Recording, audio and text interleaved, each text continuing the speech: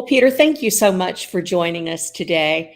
We're going to cover a variety of topics on value. And I want to start out with most recently, you and your team have published a piece of research in JAMA that demonstrated that more and more US-based cost-effectiveness analyses are citing the $100,000 to $150,000 per QALY threshold, up from that decades-long running threshold of $50,000 per QALY.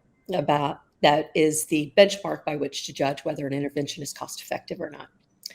What do you say are the concerns and controversies around this new threshold, and how and when do you believe it should be used in light of all of the controversies around QALYs? Well, first, Patti, thanks very much for having me. There's long-standing debates about what the cost-effectiveness threshold should be. As you mentioned, for a long time, we've used $50,000 per QALY in the United States, even though it's never been quite clear where that came from and whether it's appropriate.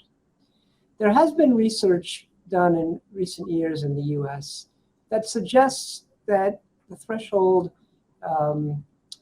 is probably between $100,000 and $150,000 under a series of what I think people might agree are reasonable assumptions. Now, that still leaves lots of questions and debates. Should it be higher for treatments for more severe diseases, for example? Should it be lower for treatments for mild diseases?